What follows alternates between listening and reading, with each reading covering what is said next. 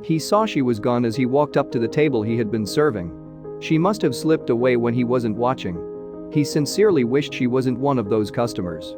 The message she had written for him was an unexpected discovery when he checked the bill to make sure she had paid, which she had. It turns out that she never gave him a tip. Instead, the phrases were extracted from their prior chat. As he prepared her table for the next customer by cleaning it, he felt unfairly treated. He hadn't previously paid attention to something else, but when he did, he realized it was karma. At Patsy's Pizzeria in Harlem, New York City, Armando Marquez worked as a server. He had a typical day up until something unexpected happened. He was aware that his efforts will be rewarded once he graduated from medical school. He put in a lot of effort and put in long hours while grinning. But at times, it was difficult. He had no notion that the subsequent woman to enter the building would try his patience. On a Saturday, Patsy's Pizzeria is packed with patrons, and Armando was prepared for the hectic shift. The eatery served the well-known pizza that consistently attracted customers. One ill-intentioned mother arrived with her daughter to start with him on this tumultuous day, adding to his poor luck. Armando was now aware that he was taking on a significant amount of responsibility that would have wide-ranging effects and a lasting impact.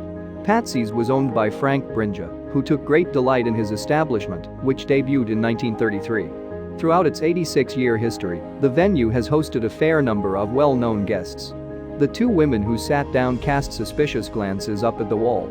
Despite the fact that they had been waiting for less than a minute, they appeared impatient for him to arrive at their table. He could tell as soon as he looked at them that this would be a challenging table to serve. But he didn't know how it would turn out. He continued to beam and greeted them with the biggest smile. They made the decision to purchase 2 New York specials. As soon as he believed it was finished, an elderly woman reached out for him and asked him a question he would never forget. Unprepared for the argument, Armando was at a loss for words. She remarked, her voice dripping with hatred, "Why are there so few photographs of women on the wall?" When Armando tried to talk, nothing came out of his mouth. Did she mean it? He realized that the woman's query had been absolutely joking after she patiently waited. She also anticipated a response.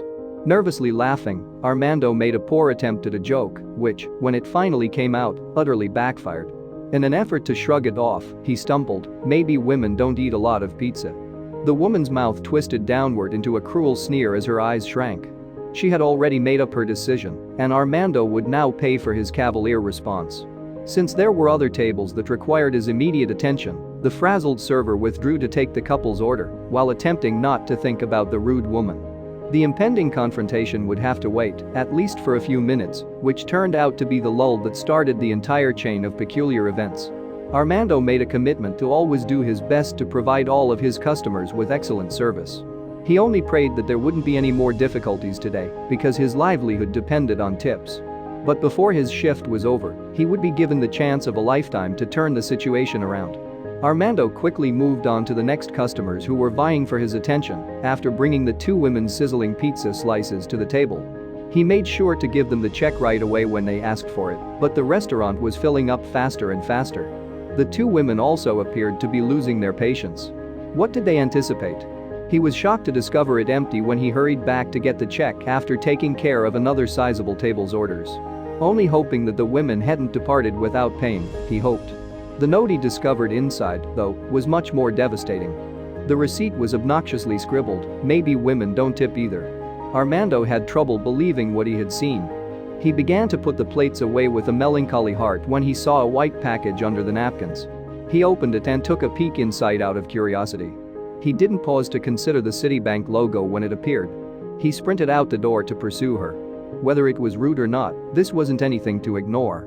Armando remembered, "I quickly opened the flap, and I saw Citibank, and I thought it was significant, so I raced out to the street to seek for her, but she was gone." He opened the envelope to look inside more closely, but there was no sign of the woman. The biggest check Armando has ever seen was contained within.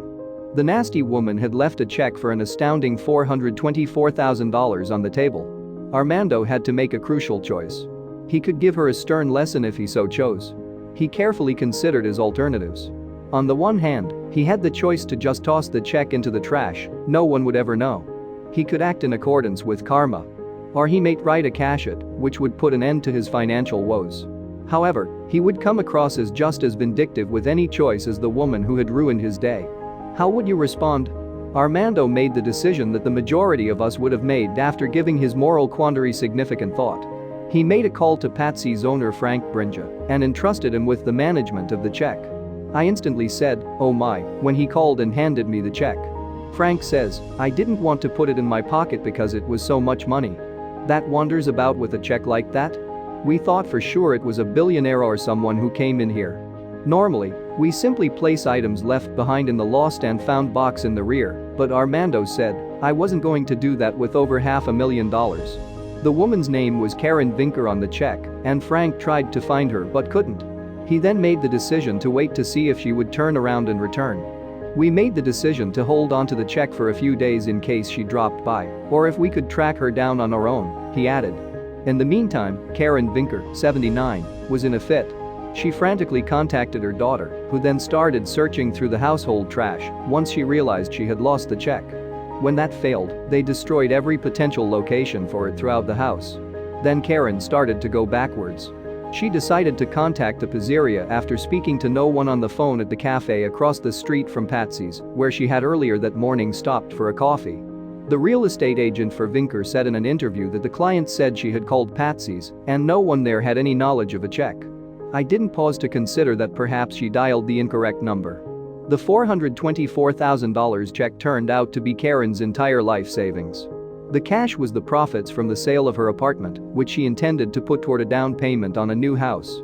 Her perception of her surroundings was one of collapse. She received some terrible news when she called the bank to cancel the check. They said that because it was a cashier's check, they couldn't instantly cancel it. If someone didn't cash it in the interim, I would have to wait at least 3 months before they could even begin the procedure, explained Karen. Karen wouldn't have a place to live without the payment. She had been staying with friends and spending each night on a different couch. Frank thought it was time to call an aide when Karen failed to show up at Patsy's to retrieve her check. After making a call to a nearby newspaper, they quickly found her. A little under 30 minutes later, Karen showed up to the pizza place. At the door, Armando was standing there to welcome her. But did she regret treating him so impolitely by stiffing him? She was crying and very delighted, according to Frank. But you could see that she became a little reticent as soon as she noticed Armando. She must have thought she was a fool. She offered the dedicated server a finder's fee in an effort to atone for some of her crime, and she also profusely apologized for being so rude. But everyone was shocked by Armando's response.